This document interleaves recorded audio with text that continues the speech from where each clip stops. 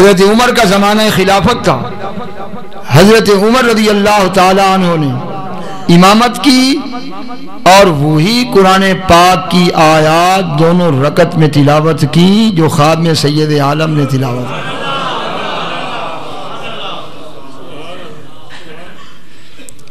اور جب نماز پوری ہوئی تو اسی طرح کھجوریں آ گئی، تو حضرت عمر نے مجھے ایک کھجور اٹھا کر دی، فرمایا علی المرتضیٰ یہ کھا لیں اور باقی ان میں تقسیم کریں۔ تو میں تقسیم کر رہا ہوں اور وہ کھجور بڑی میٹھی لگی، تو میں نے چاہا مجھے ایک اور بھی ملے، تو حضرت عمر نے میری طرف دیکھا اور کہا علی اگر راز سید عالم نے تجھے دوسری دی ہوتی تو عمر بھی تجھے۔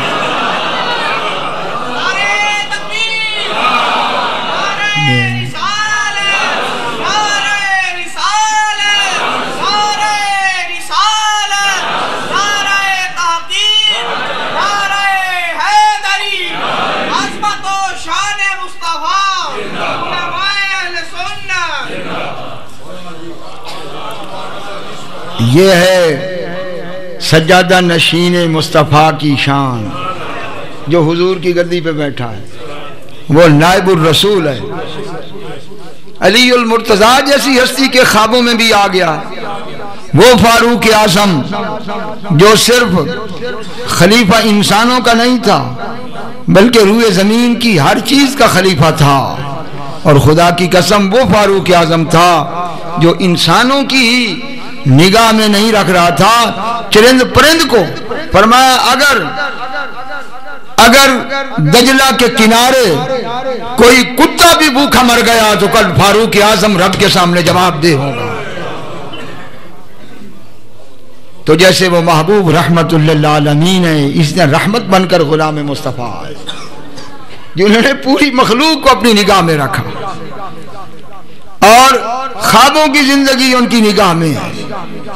یہ وہ نور ہے جو سید عالم کا نور ہے۔ اب لوگ کہتے ہیں کہ دیدار کریں تو نور کا دیدار بغیر نور کی ہو سکتا ہے؟ اس مقام پر تو پہنچ نا کہ تیرا دل نور ہو، تب تجھے سرکار کا دیدار ہو۔ ہیں جو اللہ تعالیٰ کے محبوب کا بے پردہ دیدار کرنے والے دنیا میں ہیں۔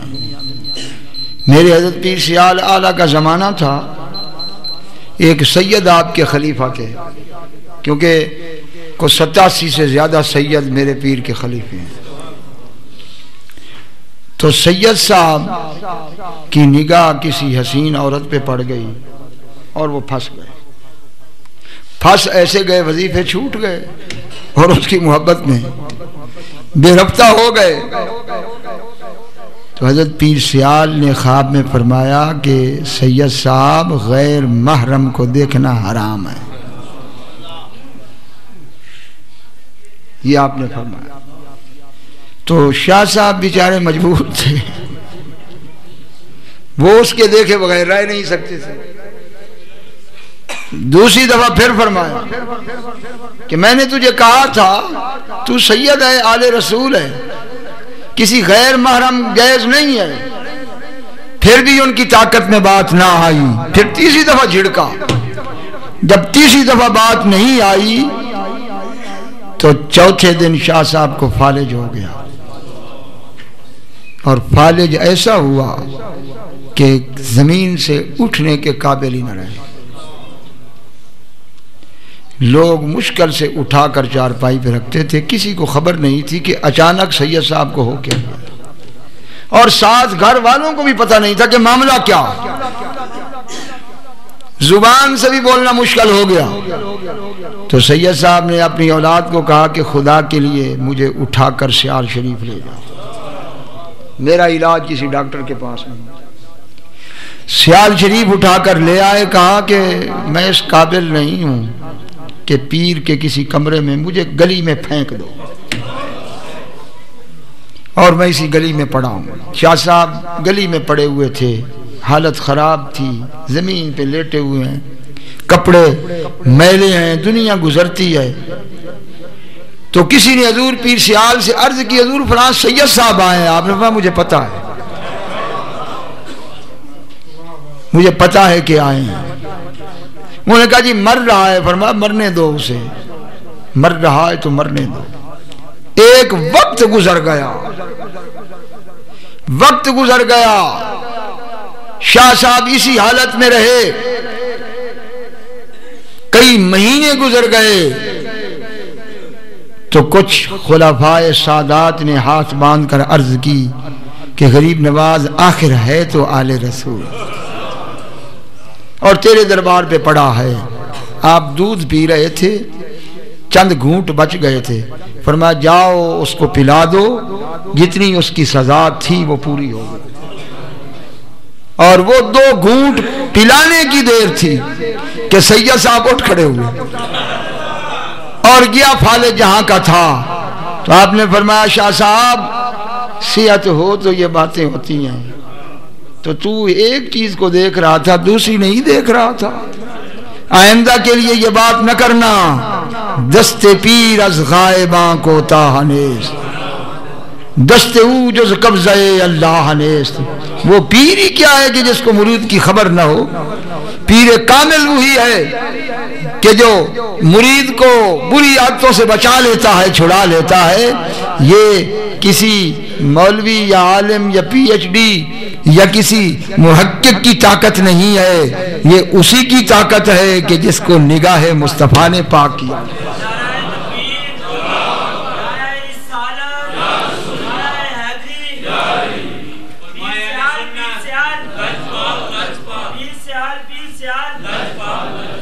میرے حضرت سے آج چونکہ تصوف کی باتیں شروع ہو گئی ہیں,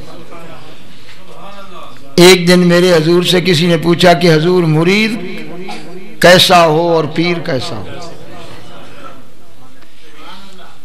تو آپ نے فرمایا کہ میں تجھے ایک واقعہ سنا دیتا ہوں, اس سے خود اندازہ لگا لینا کہ پیر کیسا اور مرید کیسا. فرمایا پیر پٹھان کا ایک غلام تھا جو حضور کی خدمت تھا. اس کے والدین آئے اور انہوں نے کہا حضور ہم اس کی شادی کرنا چاہتے ہیں. آپ نے فرمایا لے جاؤ. اسے لے گئے. جب نکاح کا وقت آیا تو نکاح خان اس کے ساتھ بیٹھ گیا. اجازت ہو گئی لڑکی کی طرف سے. نکاح خان ابھی ایجاب قبول کروانے والا تھا کہ بندہ آیا, اس نے اسے کہا کہ تجھے پیر پٹھان بلا رہا ہے. اس نے لگائی چھلانگ, جوتے بھی نہیں پہنے اور بھاگ کر پیر پٹھان کے پاس گیا. پیچھے سے جو لان تان ہوئی گھر والوں کی طرف سے اس کے والدین کو کہ یہ اچھا ہوا وقت پر ہم بچ گئے. ایک پاگل آدمی کہ ہاں آپ ہماری بیٹی ڈالنا چاہتے تھے, جس کا نہ عقل ہے نہ سمجھ ہے, تو اچھا ہوا ہم بچ گئے. والدین تو واپس تشریف لے آئے اور وہ پیر پٹھان کے پاس پہنچ گئے. پیر پٹھان نے فرمایا کہ یہ 1500 روپیہ لے لو اور چنیوٹ کی سرزمین میں جا کر یہ سامان ہے یہ خرید کر لے. اس زمانے میں 1500 بہت پیسہ تھا. اس نے اونٹ لیے چل پڑا.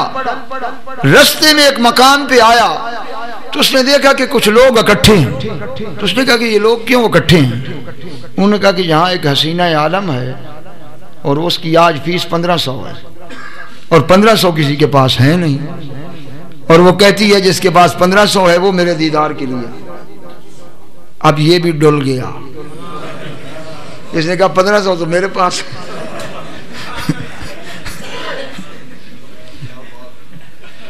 تو اس نے کہا چلو پھر دیکھا جائے گا, آج حسینہ عالم کا دیدار تو کرتے ہیں. تو یہ اوپر چڑھا بالا خانے کی طرف. جب آدھی سیڑھیوں پہ آیا تو اس کا پاؤں پھسلا اور پھسل کر گھٹنے کے بل گرا. بڑا درد ہوا لیکن شوق دیدار تھا. پھر آگے ہوا. جب آخری سیڑھی پہ پہنچا نا, ابھی نظر نہیں پڑی تھی اس پر کہ وہ اپنی شان سے بیٹھی تھی کہ ایک تھپڑ آیا منہ کے اوپر.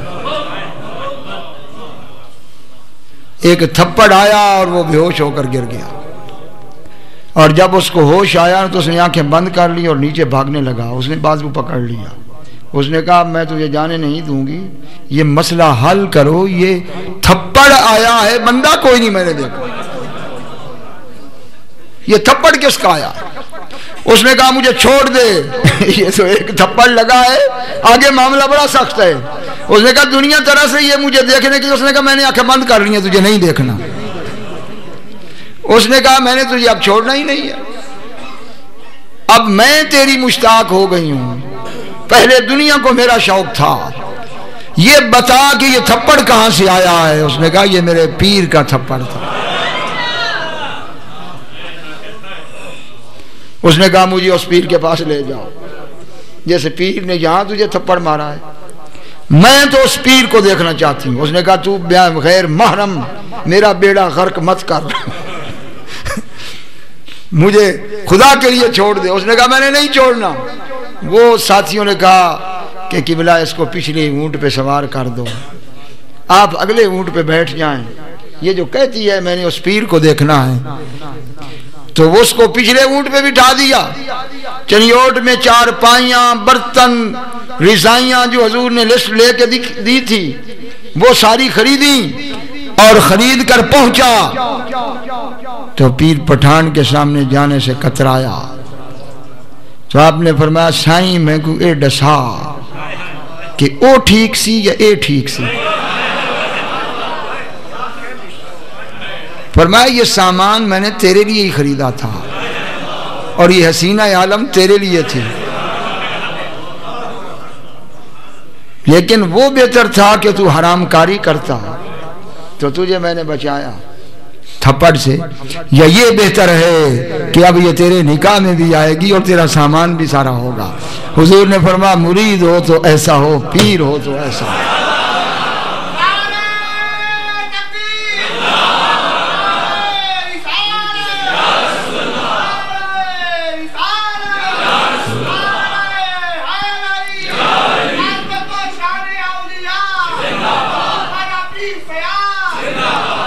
اور اگر ہم لوگ بھی نا حیادار بن جائیں نا تو جو ہمارا نفس چاہتا ہے رب ہمیں اس سے بہتر عطا، بشرطے کہ ہم میں بھی یہ آ جائے کہ ہم حیادار بن جائیں اور ان نیکوں کی لاج جن سے ہماری نسبت ہے ان پاک دامنوں کی طرح پاک دامن ہو جائیں، تو یہ نفس کتا جو ہمیں لے کے پھر رہا ہے، جن چیزوں کی ہم تلاش کر رہے ہیں، رب ہمیں ان سے بہتر عطا فرما دے۔ اللہ تبارک و تعالی ان محبوبوں کے صدقے کرم فرمائے۔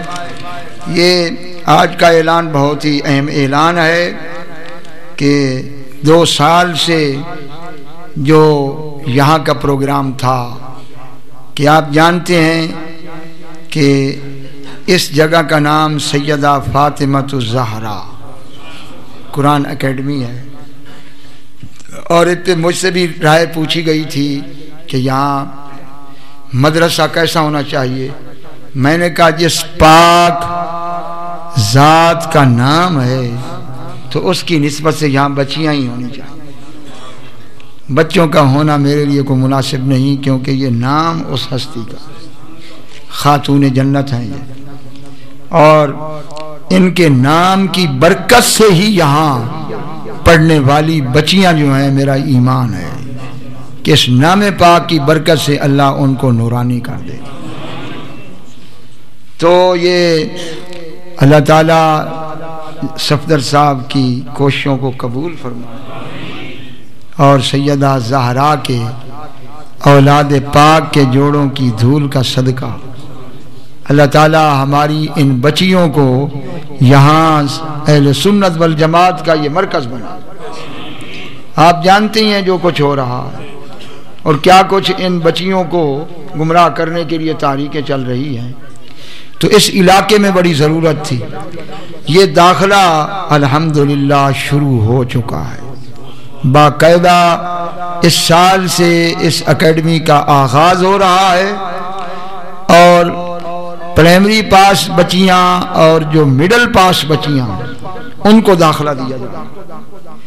پرائمری پاس طلبات کے لیے قرآن پاک حفظ کرنے کا بھی انتظام ہے، ناظرہ پڑھنے کا بھی انتظام ہے، اور مڈل آگے جو نصاب ہم بنائیں گے اس کے مطابق علوم جدیدہ اور قدیمہ دونوں